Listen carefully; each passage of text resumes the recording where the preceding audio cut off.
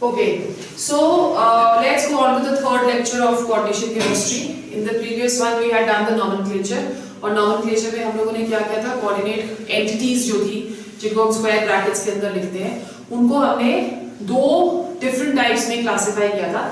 One in which the coordinate entity that is going to be cationic, which means it is going to bear a positive charge, and the other one that is going to be anionic, which means it's going to bear a negative charge.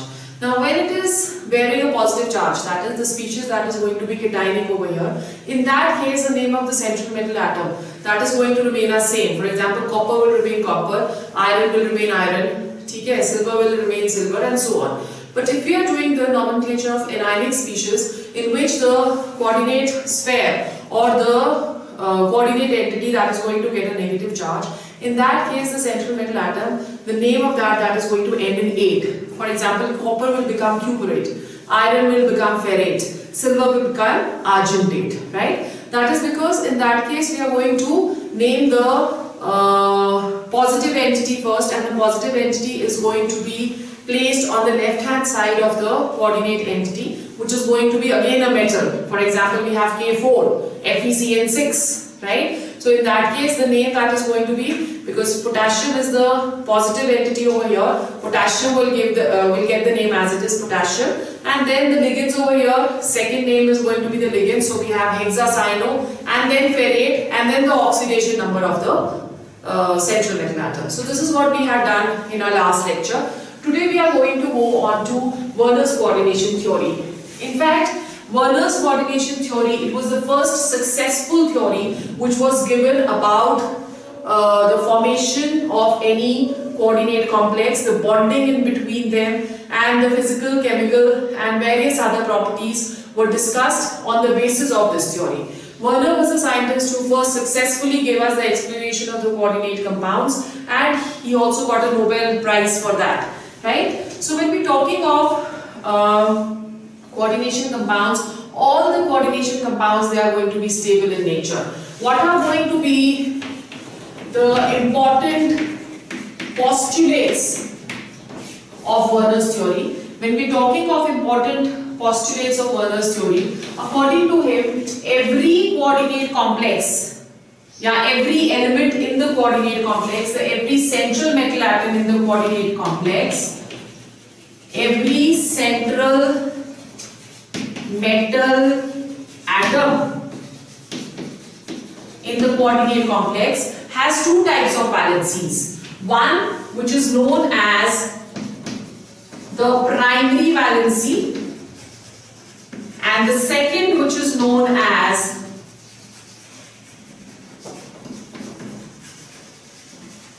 the secondary valency. Okay? So there are going to be two types of valency, the primary valency and the secondary valency. The primary valency over here, that is going to be the oxidation number according to modern terminology. So this is the oxidation number, and the secondary valency is going to be the coordination number.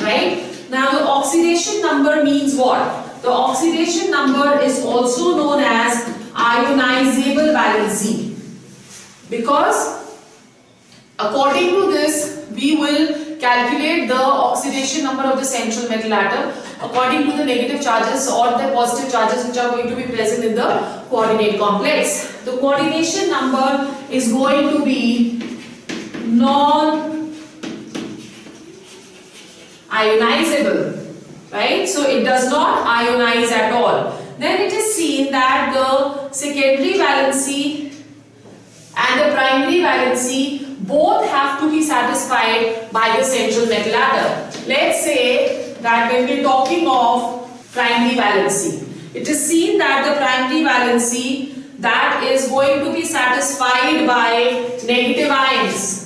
The primary valency that is satisfied by negative ions, and this is also known as principal ionizable or ionic valency, because primary valency is the oxidation state. So it is known as the primary or the principal ionizable or ionic valency. It is its attachment that to the central metal atom, that is going to be shown by dotted lines that we will just do in the diagram. The secondary valency is satisfied by neutral molecule or negative ions.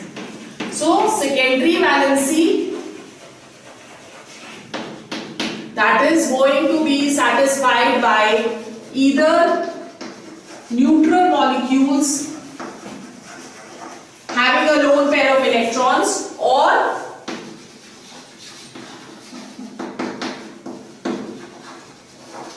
negative ions, either of the two. Okay? So we have primary valency and we have secondary valency. Primary valency is satisfied by negative ions.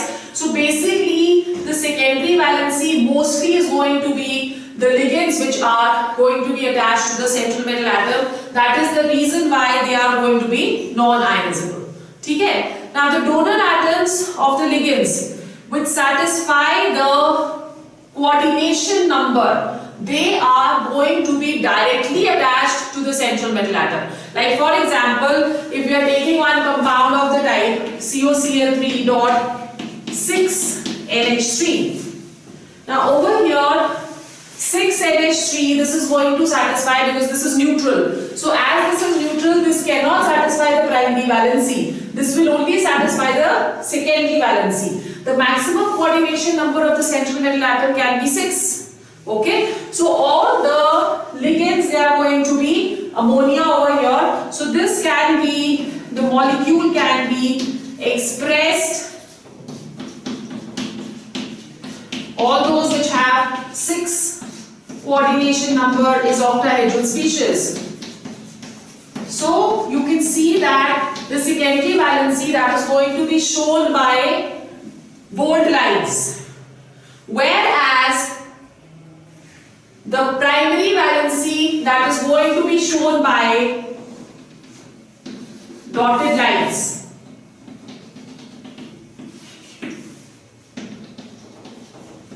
So over here chlorine, that is going to be the counter ion which is satisfying the primary valency, and ammonia is going to be the neutral atom or the ligands which is satisfying the secondary valency. Okay, now every central metal, that is going to have a fixed number of coordination number. As I just told you, like cobalt, platinum, they have coordination number of 6, whereas copper may have coordination number of 4, nickel may have coordination number of 4. Okay? So for every central metal atom, the number of or the coordination number, that is going to be fixed. And it is seen that every element that tends to satisfy both primary as well as secondary valency. So let's take a few examples over here. Both the valencies, they have to be satisfied. This is the second postulate of Werner. Both the valencies have to be satisfied by every element. Okay, like for example, we have PtCl4 dot 6NH3. Again, the oxidation number of platinum, that is going to be 6. So this can be written as the non-ionizable valency, which is the coordination number in brackets, and the ionizable valency outside the bracket. So this is going to be the coordinate entity and this is going to be the counter ion. Okay, similarly if we have PtCl4 dot 5NH3. Now you can see over here that the number of amine molecules, they are only 5, but the coordination number of platinum, that is 6. That means one of the chlorine, that is going to satisfy both the primary as well as the secondary valency. Okay, such that the structure may be now written as PtCl NH3 5Cl3. So 3 chlorides from here and 1 fluorine from here. This is satisfying both the oxidation number, which is 4 in case of platinum over here, and and also it is satisfying the coordination number. So this chlorine is going to have a dual behavior. ठीक है? Similarly, let's take the example of PtCl4 dot 4NH3. Now in this case there are going to be two chloride ions which are going to have dual behavior, such that the structure now becomes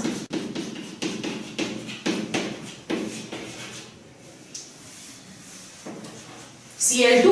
So there are two chloride atoms over here, or ions, which are going to satisfy both the primary and the secondary valency. ठीक है? So this is the second postulate. The third postulate is, okay, now when we doing the third postulate over here, the third postulate says that the ligands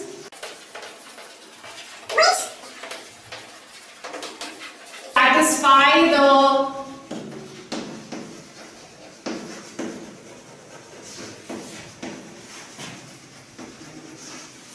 secondary valency, which satisfy the secondary valency, are directed towards fixed position in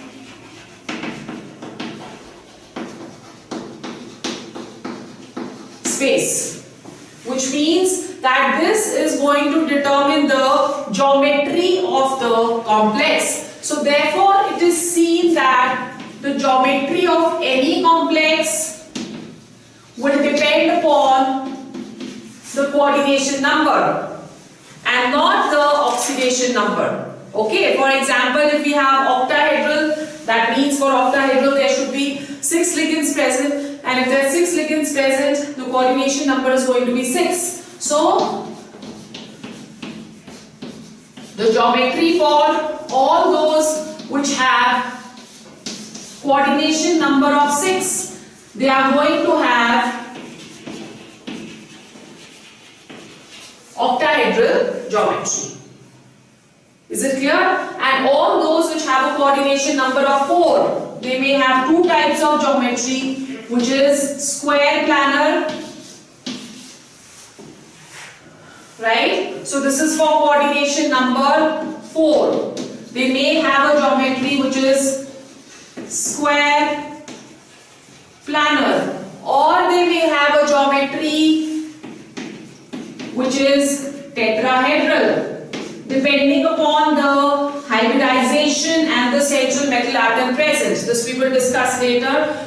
It can have both kinds of geometries depending upon, number one, the hybridization which it has, and number two, it will also depend upon the central metal atom. Sometimes it so happens that the hybridization may be sp3, but the structure that is square planar. The reason behind that is the type of central metal atom which is going to be taken. For example, complexes of platinum, they mostly have square planar geometry if they have coordination number of 4, whereas nickel having coordination number of 4 will have tetrahedral geometry. So this is very important from your competition point of view. Okay, platinum के जो complexes होते हैं with coordination number 4 generally follow square planar. That is because of the larger size of the d orbitals. So if the larger size of d orbitals is going to be there, they will tend to follow the square planar geometry. And in case of nickel, complexes with coordination number 4, they have tetrahedral geometry. ठीक है? So this is what Werner's theory was. So let's go on to now isomerism in coordination compounds. Okay, we are going on to isomerism in coordination compounds. You know what isomerism is? The compounds which have similar molecular formula but different physical and chemical properties. They are known as isomers. Okay? And the different chemical and physical properties is due to their different structures, right? And the phenomenon that is going to be known as isomerism. So we are saying that what are isomers which have same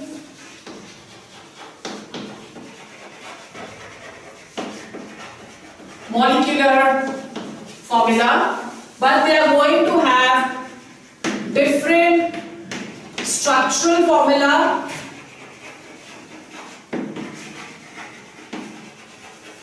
or spatial arrangements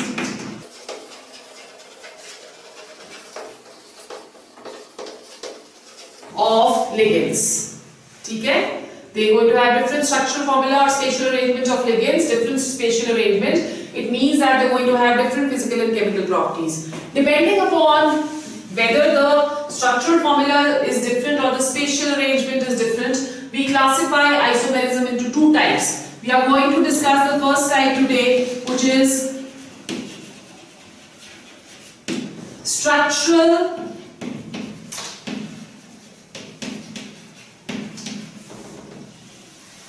isomerism, right? Now when we're talking of structural isomerism, the isomers which have the same molecular formula but different structures, they are going to be known as structural isomers, and the phenomena will be known as structural isomerism. We will discuss four types of structural isomerisms today. The first one, that is known as ionization isomerism. Those molecules which give different ions in solution.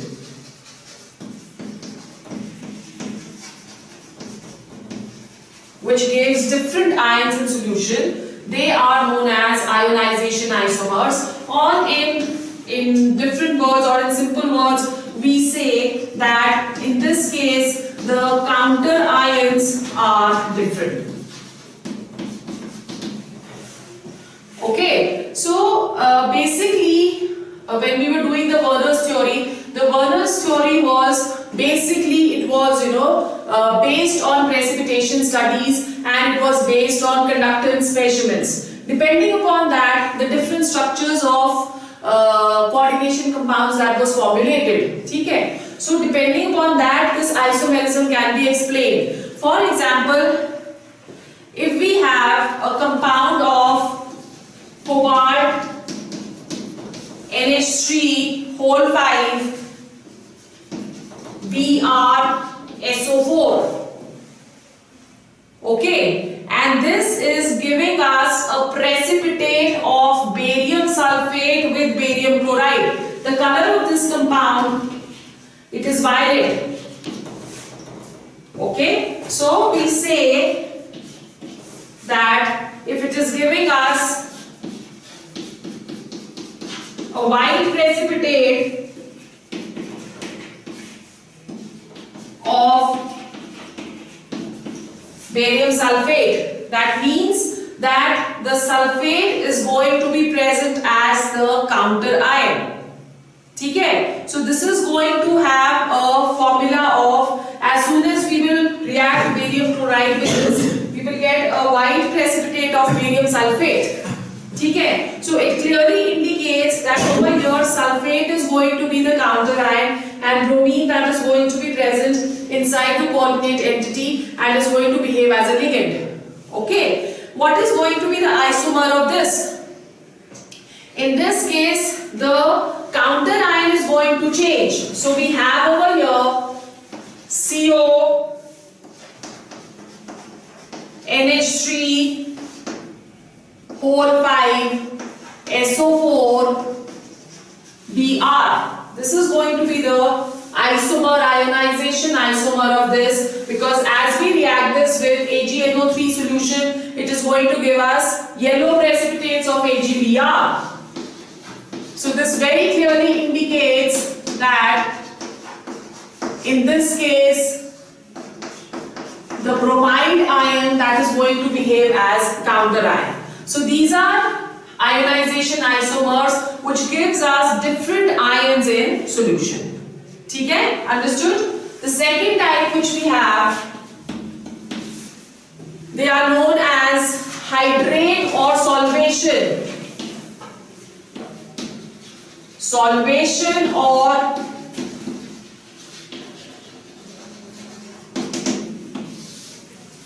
hydrate isomerism. Solvation or hydrate isomerism give us different water molecules present inside and outside the coordinate entity.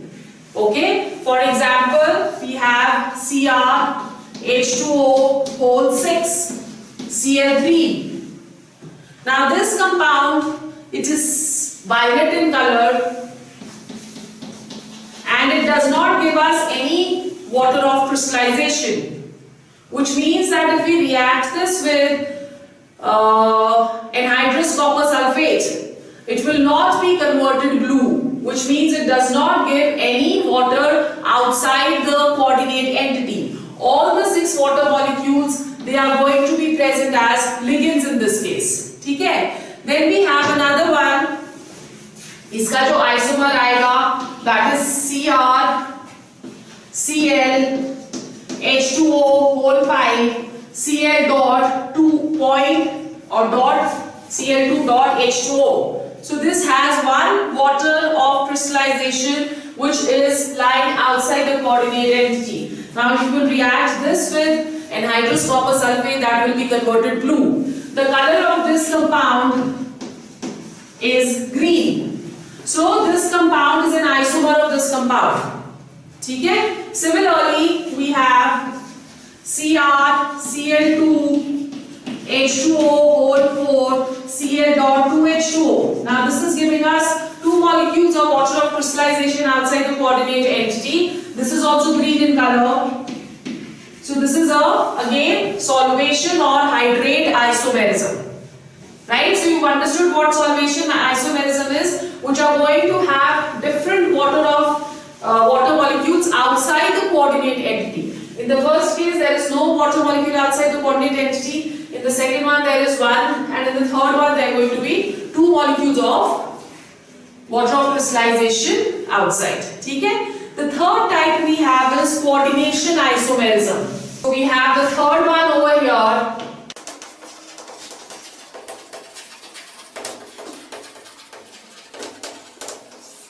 Coordination isomerism. Now what is coordination isomerism? In this case, both cationic and anionic species are present. We've spoken of these in which there are 2 coordinate entities present. Now the ligands which are attached to the metals in both the coordinate entities, they are going to be different. For example, if we have platinum NH3 whole 4 and CuCl4. So in this, both cationic and anionic species, they are going to be complexes or coordinate entities. Okay? Over here, exchange of ligands is going to take place. So the isomer of this compound is going to be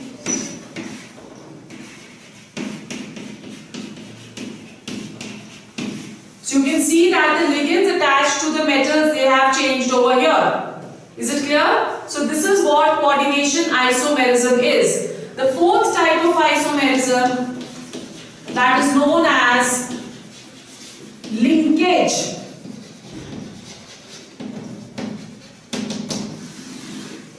Linkage isomerism. Linkage isomerism is a special isomerism which is only found in embedded ligands. We know what embedded ligands are, which can connect or which can bond to the central metal atom through 2 different donor atoms, but they are examples of monodentate. For example, we have cyano. So if the linkage is through carbon, then this is known as cyano. But if the linkage is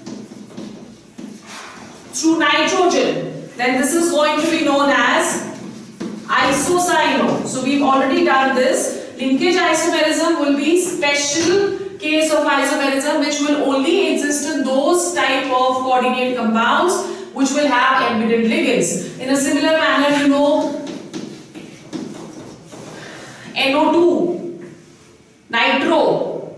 So if nitro is combining through nitrogen, this is known as nitrito N. And if it is combining through oxygen, then this is known as nitrito O.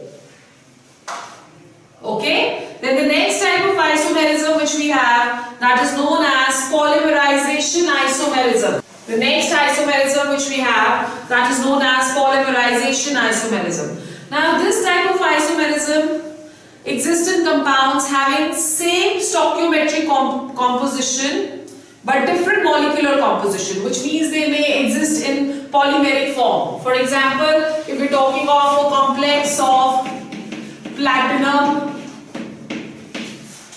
NH3 whole twice and Cl2. Okay, basically this does not come under isomerization, but still because of the different structures it can be, because this can, the polymer of this or the dimer of this can also be written as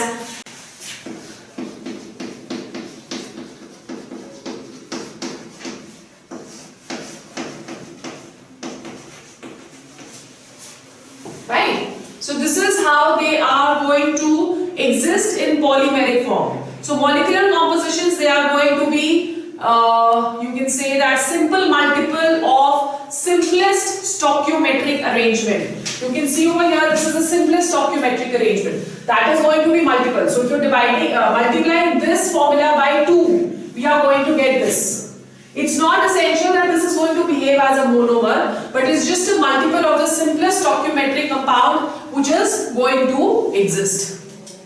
Okay? Then the last type which we are going to do over here, that is known as coordination position isomerism.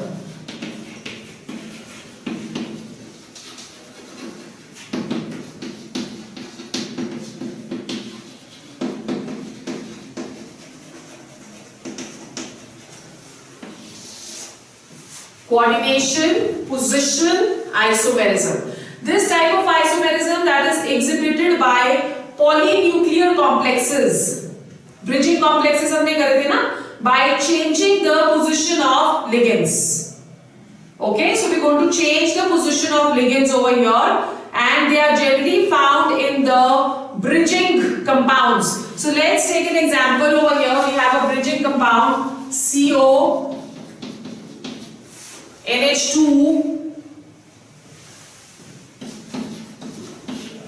O2, and we have cobalt